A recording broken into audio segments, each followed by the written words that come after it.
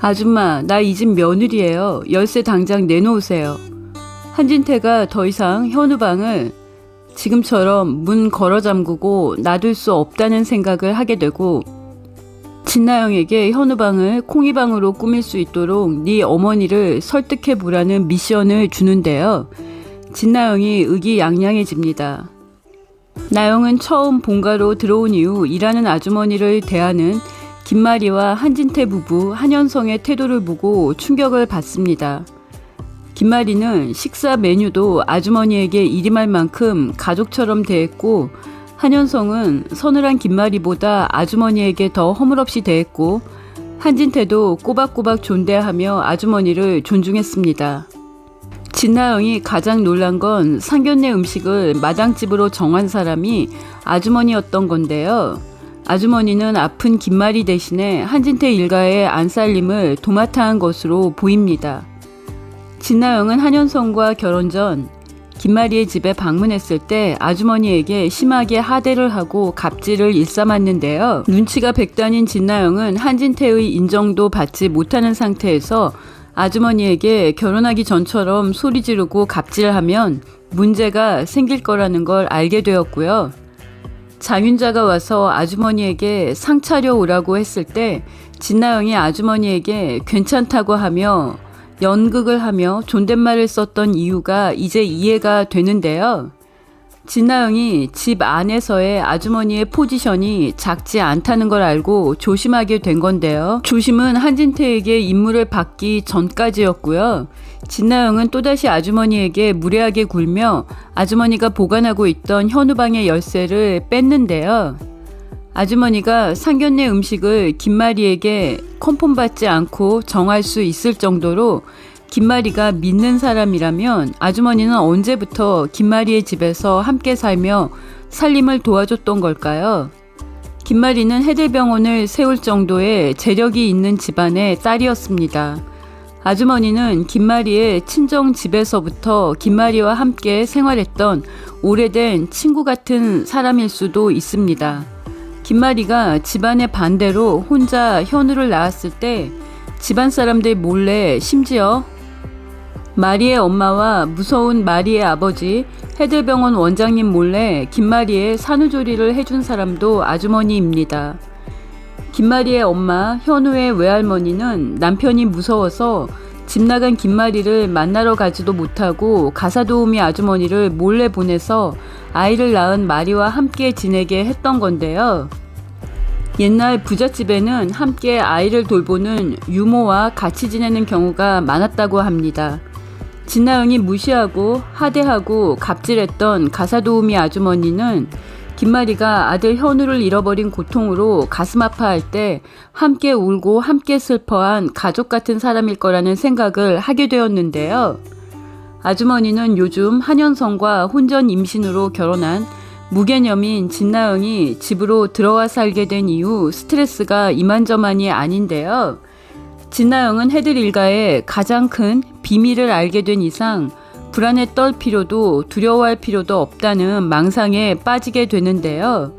아줌마, 현성씨 형 방 열쇠를 왜 아주머니가 갖고 계세요? 제가 항상 갖고 있었는데요. 아줌마, 열쇠 내놓으세요. 현성이가 결혼식도 못 올리고 저리 교양 없는 아가씨랑 살게 될 줄은 생각도 안 해봤지만 우리 큰아가씨 현우 잃고 눈물로 산 세월 생각하면 내가 참아야지 하는 심정으로 지내고 있는데요. 현우는 나한테도 소중한 아이인데 어째 저리 막무가내 몰상식한 인간이 현성이 짝인지 이제는 현우방 열쇠까지 내놓으라고 생질할 난리부르스입니다. 김 이사장이 어제도 현우 사진 끌어안고 대성통곡을 했는데 나까지 김 이사장 마음 힘들게 하면 안 된다는 생각이 들어서 예의 없는 년한테 열쇠를 넘겨줬는데요. 그날부터 꿈자리가 뒤숭숭하고 5살 현우가 눈에 보이고 머리가 어지러웠는데 한 원장이 안색이 좋지 않은 아주머니에게 출근할 때 같이 병원에 가자고 합니다. 집안 정리하고 장 보러 가기 전에 가까운 의원에 가보겠다고 하는데도 한 원장이 안 된다고 합니다. 저랑 같이 병원 가서 진료받고 기사님이랑 같이 장 보고 들어오시면 되잖아요. 원장님이랑 같이 가셔서 외래진료 받으세요. 늘 남편인 한진태 원장이 하는 말에 사사건건 시비를 걸던 김마리도 한 원장 제안에 말을 보태는데요.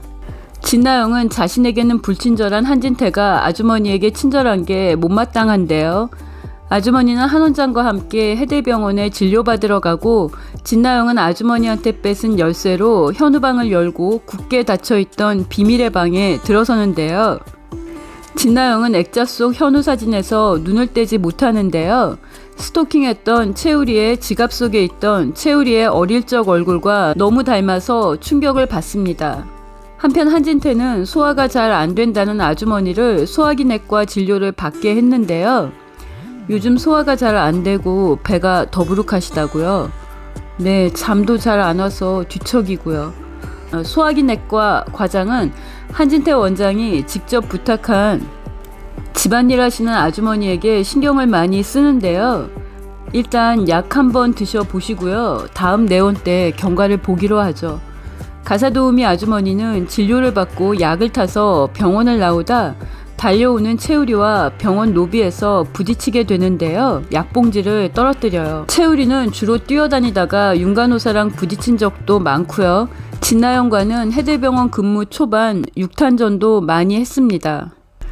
아주머니 죄송합니다. 제가 뛰어오다가 전방주시를 못했어요. 괜찮으세요?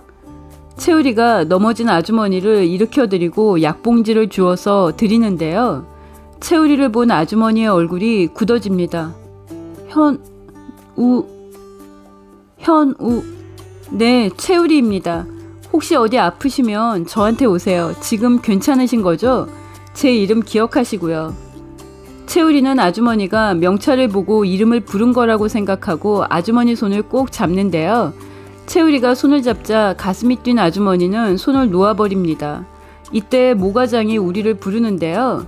우리가 아주머니에게 명함을 주려고 했지만 아주머니는 뛰는 가슴을 진정시키고 이 사실을 김 이사장에게 전하고 싶어서 마음이 급했습니다.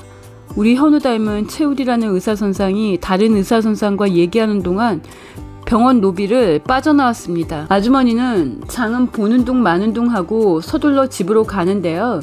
다행히 불려시 같은 현성이 짝은 집에 없고 김 이사장만 텅 빈 집 거실 의자에 반쯤은 넋을 놓고 앉아 있습니다. 아주머니는 김 이사장만 보면 짠해지는 마음을 어쩔 수가 없는데요. 왔어요. 의사가 뭐래요? 별일 아니죠 뭐. 약 받아왔어요. 그런데 아주머니가 장바구니를 내려놓고 김 이사장 곁으로 다가가고 김 이사장이 놀라는데요. 이사장님 놀라지 말아요. 왜요? 무슨 일 있어요? 이사장님, 오늘 지가 우리 현우를 봤어요. 아주머니를 보는 김 이사장의 얼굴이 굳어버리는데요. 그게 무슨 말이에요? 지가 오늘 우리 현우 닮은 사람을 봤다고요. 5살 때 잃어버렸어요. 얼굴을 보고 어떻게 알아요? 내가 왜 우리 현우 사진을 보고 또 보는지 알잖아요. 지는 알 수 있어요. 원래 가족들이 더 몰라볼 수 있대요. 가족들은 서로 닮은 것도 모를 수 있다잖아요. 지도 우리 현우 얼굴 잊어버리지 않으려고 도련님 방 청소하러 들어갈 때마다 도련님 사진을 보고 또 봤죠. 그런데 사진보다 더 제 기억에 남아있는 게 있어요. 아주머니와 손을 꼭 잡은 김마리의 눈에서 눈물이 흐르기 시작했는데요. 김마리는 30년 전 감기에 걸린 현우를 한 원장이 데리고 출근하겠다고 하는 걸 말리지 않았던 자신을 지난 30년간 원망해 왔는데요. 내가 그날 현성이를 당신한테 맡기고 우리 현우는 내가 데리고 병원에 갔어야 했는데 30년을 후회했어. 아가씨, 내 얘기 잘 들어요. 해대병원 의사예요. 채우리 선생이요. 내가 이름 외웠어요. 몰래 유전자 검사 해봐요. 본가 원장님 얼굴도 보였어요. 내가 기절하는 줄 알았어요. 김마리가 친정에서부터 함께 살았던 현우 유모의 미친 것 같은 말을 믿고 유전자 검사를 채우리 선생 몰래 할 것 같습니다. 채우리는 사랑하는 진백구를 엄마 최선영의 온전한 딸로 만들어주려고 자신의 사랑을 포기하고 백구와 남매처럼 지내보려고 온갖 노력을 하고 있는데요. 진백구가 엄마한테서 우리가 자신을 위해 엄마를 위해 모든 걸 포기한 걸 알고 눈물을 뚝뚝 흘리는 장면이 선공개되었습니다. 채우리가 엄마를 찾고 김마리가 현우를 찾아야 하는 이유입니다. 진나영이 현우 사진과 현우를 찾던 전단지를 보고 채우리가 김마리 이사장의 아들 한현우라는 걸 먼저 알게 될 것 같은데요. 진나영이 숨겨도 김마리가 현우를 알아보고 아들을 찾기를 기대합니다. 구독과 좋아요는 큰 힘이 되고요. 저는 또 다른 리뷰로 돌아오겠습니다. 시청해주셔서 감사합니다.